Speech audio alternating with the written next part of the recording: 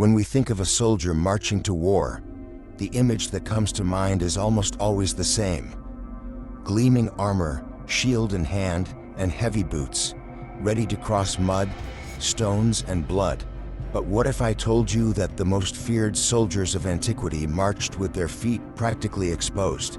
Yes, the Roman legionaries, the men who conquered the world, didn't wear boots. They wore sandals, but they weren't ordinary sandals. They were caligae, sturdy military footwear made of leather straps, soles studded with nails, and an open design. But still, they were sandals. And this choice, which seems absurd today, was one of the smartest decisions in military history. Why would Rome send its soldiers to fight in sandals?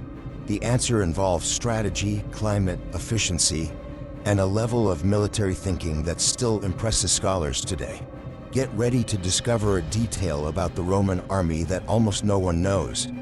But that might change the way you see these legendary warriors. The answer begins with the map of the empire itself. Rome didn't grow in frozen forests or muddy swamps. Its heart lay on the sun-drenched shores of the Mediterranean, where the sun scorches the earth and the air is as dry as the desert.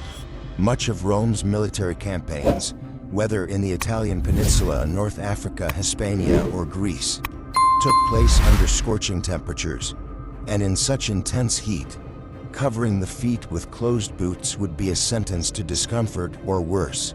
This is where the caligae shows its brilliance. With open leather straps, this footwear allowed the feet to breathe.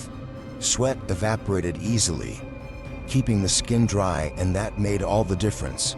It wasn't just a matter of freshness, it was about survival. A damp foot for too long becomes a breeding ground for fungi, blisters, infections, and in the middle of a military campaign, an infected foot could mean a loss of mobility or worse, death. Rome couldn't afford soldiers limping. Every step was strategic. The caligae then were tools of endurance. They allowed long marches under the sun, across rough terrain with minimal discomfort. Soldiers covered dozens of kilometers a day, carrying weight, armed to the teeth, and still, their feet could breathe, stay dry, and hold up. But heat wasn't the only enemy on Rome's paths. War demands more than brute force. It also demands speed, endurance, and agility. And the choice of footwear said a lot about how the Romans thought of war. Not as an improvised clash, but as a deadly choreography. The caligae were light, flexible, and molded to the foot like an extension of the body itself. Each leather strap adjusted to the shape of the foot, allowing the soldier to move with precision and freedom, as if barefoot but with protection. Now imagine that in battle, while an enemy army slips and stumbles in heavy boots over rocky or muddy terrain.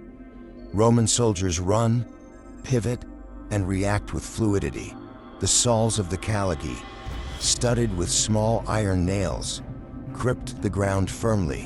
Whether on stone, packed dirt, or wet grass, the Roman foot was always ready to advance. And that detail, that combination of lightness and grip, gave Rome an advantage that was often invisible but decisive. Less fatigue, more speed, immediate reaction. In forced marches, ambushes, and sudden clashes, whoever moved first won. Beyond those advantages, the caligae also made a statement. They were part of the terror. Imagine being in a remote village, in the silence of dawn, and then hearing, in the distance, a metallic, rhythmic, growing sound, as if 1,000 hammers were stepping on stone. It was the sound of the caligae. Hundreds, thousands of nails striking the ground in perfect unison. It wasn't just an army approaching, it was the shadow of Rome drawing near, and those who heard it knew there was no escape. That unmistakable, menacing sound became one of the empire's most effective psychological weapons. It announced power, order, domination.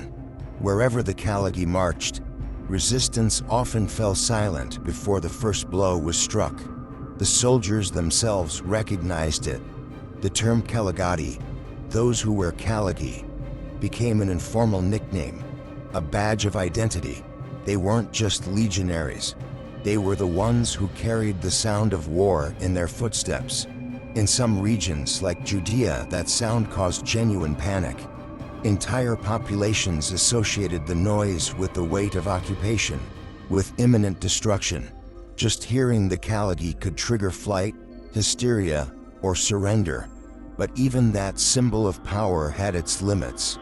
As the Roman legions pushed into the edges of the known world, crossing the Alps, facing the damp forests of Germania and the icy hills of Britannia, the climate began to challenge what had worked so well under the Mediterranean sun.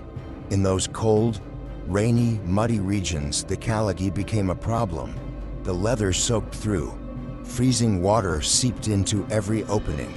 What had once been light and breathable was now uncomfortable, painful, and a risk to health. Rome, as always, adapted. Starting in the 2nd century, soldiers began adopting a new type of footwear. The carbatini, closed leather boots, more rustic, but far more effective against cold and moisture. They protected against freezing, kept the foot dry, and withstood the long marches along the muddy trails of the north. Interestingly, even though it was a technical change, the carbatina ended up influencing Roman culture.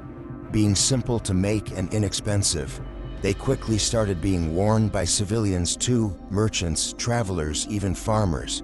A detail of the most powerful army in history, once again influencing the entire empire. Still, even as the carbatina gained ground, the caligae remained etched into the identity of the legions.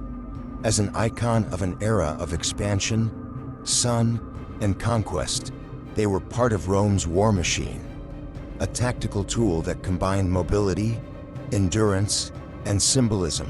For centuries, they shod the feet of soldiers who built bridges, toppled walls, founded cities, and wrote the map of the ancient world in blood. They embodied exactly what Rome did best, turning the simple into the strategic. Now, I want to know your opinion. Did you know that Rome used strategy even in its footwear? Do you think you could march for kilometers every day wearing nothing but a sandal full of nails on your feet? Leave your answer in the comments. And if you enjoyed this story and want to see more epic content like this, don't forget to hit the like button and subscribe to the channel. In the video that's on screen now, we reveal why the Romans didn't wear beards.